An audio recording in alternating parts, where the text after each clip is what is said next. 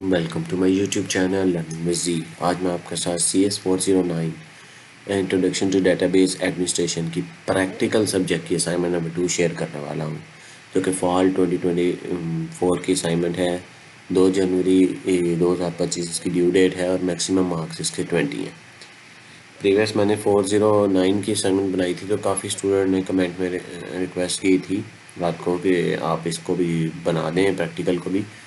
और मैंने previous 2-3 assignment बनाई है जिसमें मैंने वॉइस ओवर नहीं दिया था, तो मैंने कहा मैं इस वीडियो में लाजमी दूंगा, क्योंकि पिछली 409 भी आपको उस ये जब देखेंगे तो आपको समझ आ जाएगी कि मैंने वो किया कैसे था और कोड कहाँ रन करके आपने टेस्ट भी अपने एंड पे अगर टेस्ट करना चाहते हैं, स्क्रीनशॉट लगाना चाहते हैं। इनके दोनों असाइनमेंट में उन्होंने स्क्रीनशॉट की रिक्वायरमेंट नहीं की, उन्होंने आपको कोड ही बोला है। 409 के अंदर भी कोड बोला है, ये क्लैरिटी आपको कर रहा हूँ कि रिक्वायरमेंट नहीं लिखी। हम अकॉर्डिंग टू मैं जो असाइनमेंट बनाता हूँ, मैं जो रिक्वायरमेंट लिखी होती है ना असाइनमेंट फाइल के अंदर, मैं उसके ऊपर काम करता हूँ।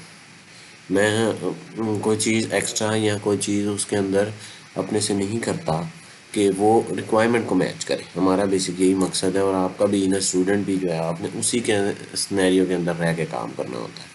तो उसने कहा आपको डॉक्यूमेंट फाइल ही अपलोड करनी है आपने इस असाइनमेंट के अंदर, ठीक है। तो इसको फॉलो इसी असाइनमेंट फाइल को यूज़ किया करें। कई स्टूडेंट ये भी मुझसे आके कहते हैं कि सर एक न्यू फाइल क्रिएट करके उसके अंदर अपना कर लें। आप वैसे भी कर सकते हैं, लेकिन आप इसको भी यूज़ कर सकते हैं। इसी क्वेश्चन फाइल के अंदर नीचे सोल्यूशन लिख के आंसर लिखते हैं। जैसे मैं मोस्टली यही करता हूँ, मैं स्टूडेंट को भी यही गाइड करता हूँ कि ज़रूरी नहीं है नई फाइल बनाना। अच्छा, इसमें आपने आपने क्या करना है, SQL command to insert records in table. Record आपने टेबल में जो है वो SQL कमांड को यूज़ करते हुए रिकॉर्ड इंसर्ट करना सीखना है और फिर रिट्रीव डाटा करना है।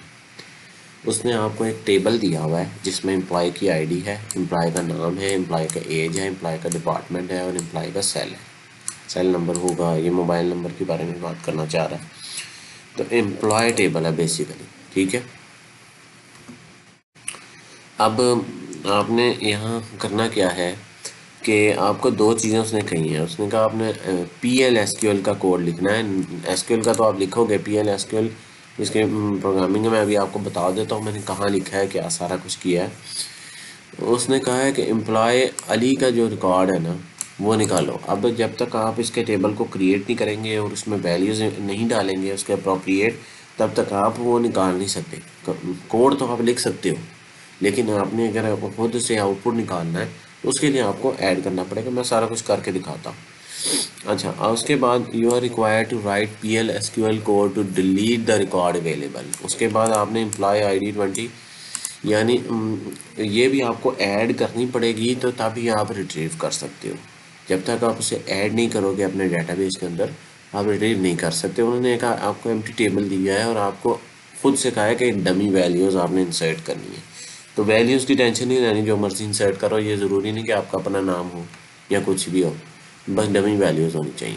मैं पहले आपको इसका दिखाता हूँ कि पहले तो आपने ये क्रिएट टेबल करना, ठीक है क्या, ये करना। अब मैं आपको इसको ले जा के ना पहले मैं आपको दिखा देता हूँ कि मैंने ये है एपेक्स ओरेकल। लास्ट 2-3 सेमेस्टर से ये जो मैं स्टूडेंट पढ़ रहे होंगे, मैंने वीडियोस पहले भी बनाई हुई हैं। आपको यहाँ पर एक वर्क स्पेस क्रिएट करनी पड़ती है। आप क्रिएट करोगे तो फिर ही आप यहाँ काम कर सकते हो। फ्री वर्क स्पेस अवेलेबल होती है, जब मर्जी आप क्रिएट कर लो। ये 90 डेज़ बाद वैसे एक्सपायर हो जाती है, लेकिन आप क्रिएट कर सकते हो। मैंने ऑलरेडी सारा काम किया हुआ है, मैं आपको जस्ट आपको समझा देता हूँ। ये आप ऊपर क्लिक करेंगे और ये SQL कमांड लिखा होगा, आप इधर जाएंगे, आपने जाना सिर्फ इधर ही है, यहीं पर सारा काम करना। और यहाँ से पहले SQL सेलेक्ट कर लेना है लैंग्वेज में से। पहला ये कोड, सॉरी ये वाला कोड नहीं है, ये कोड है। ये कोड नहीं है, ये बेसिक आपको पता ही है। टेबल क्रिएट होने लगा एम्प्लॉय का, ID के, प्राइमरी की, नेम, सेल और सारी चीज़ें पे कर लेंगे। क्योंकि मैंने ऑलरेडी किया है, मैं इसको रन करूँगा तो मुझे एरर दे देगा कि table is already use by existing object. ठीक है, ये ऑलरेडी एग्जिस्ट करता है, आपको एरर नहीं आएगा। उसके बाद ये इंसर्ट इनटू की कमांड है, ये आपने बारी बारी एक एक लाते जाना है और इधर एंटर करते जाना है। ये वैल्यू भी ऑलरेडी मैंने इंसर्ट की हुई है, वो कह रहा है यूनिक कंस्ट्रेंट वायलेट, वो ऑलरेडी वैल्यू पड़ी हुई है। तो आपने ये मेक श्योर करना है कि ये 20 वाली जो है ना आईडी वाला, ये जहाँ 20 लिखा है इसका मतलब है एम्प्लॉय आईडी, सारा का मतलब है एम्प्लॉय, ये सारा का नाम है। ये बारी बारी सारे ऐड करने हैं, ये मैंने ऐड किए हुए हैं, मैं आपको दिखा देता हूँ। स्टार्ट में ही आपको नज़र आ रहा था एम्प्लॉय, ठीक है। यहाँ पर ये देखें ये ऑलरेडी ऐड हुए हैं। 20 वाला ऐड नहीं था, वो मैंने ऐड कर दिया है। वो ऐड कैसे किया है, मैं एसक्यूएल कमांड पे गया हूँ और एसक्यूएल पे जाकर मैंने ये कमांड जो है ना, ये क्वेरी इसकी यहाँ रन की है, क्योंकि मैं ऑलरेडी वीडियो पोस्ट करके उसको ऐड कर चुका हूँ, तो इस वजह से वो एरर आ रहा है, अदरवाइज़ वो ऐड हो चुकी है। उसके बाद आपने ये जो कमांड नीचे मैंने लिखी है, वीडियो में मैं क्लियरली आपको दिखा रहा हूँ सारी के, मैं हमेशा दिखाता हूँ आपको वीडियो में ताकि आपको कोई परेशानी ना हो। अब मैं इसको रन करूँगा तो वो आपको दिखा देगा जो आपको क्वेश्चन कहा गया है कि उसका अकॉर्डिंग टू रिकॉर्ड आपने शो करना है अली का, एम्प्लॉय नेम अली का। वो उसकी क्वेरी जो है ये पूरी लिखी हुई है और ये उसने उसको ये पूरी क्वेरी आपने रन की और आ गया, ठीक है। पहले तो ये आपका सोल्यूशन बन जाता है। आप यहाँ पर इसका स्क्रीनशॉट लेके जो है वो लगा सकते हैं। अगर आप स्क्रीनशॉट लगाना चाहते हैं, आपको अगर तसल्ली नहीं हो रही कि आपको जो है वो स्क्रीनशॉट के बगैर तसल्ली नहीं हो रही कि आपको जस्ट कोड लिखना है या स्क्रीनशॉट है, तो आप दोनों चीज़ें लगा दें, ठीक है। ज़रूरी नहीं है कि आप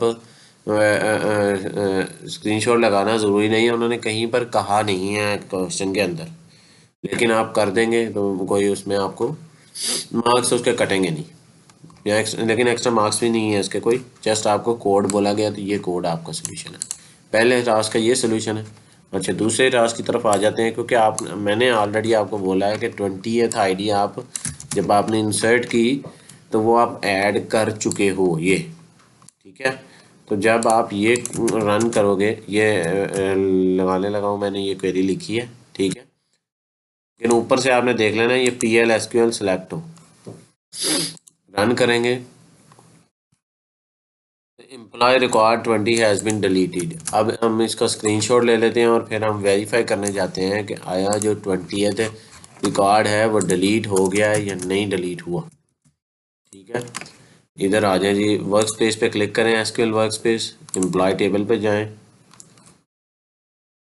एम्प्लॉय टेबल के बाद डाटा में देखें यहाँ पर जिसकी आईडी 20 थी, बस ये आपका जो है वो सोल्यूशन है।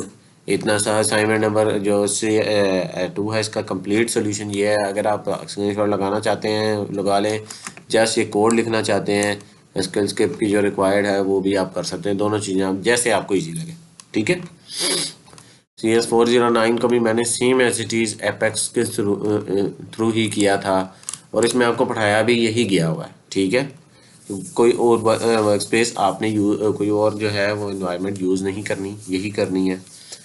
मेरी वीडियो अगर पसंद आई तो मेरे चैनल को सब्सक्राइब करें, मेरे वीडियो को लाइक करें, ज़्यादा स्टूडेंट के साथ शेयर करें ताकि वो इससे फ़ायदा उठा के बेहतरीन असाइनमेंट तैयार कर सकें। मिलते हैं अगली वीडियो में, तब तक के लिए अल्लाह हाफिज़, अस्सलाम वालेकुम।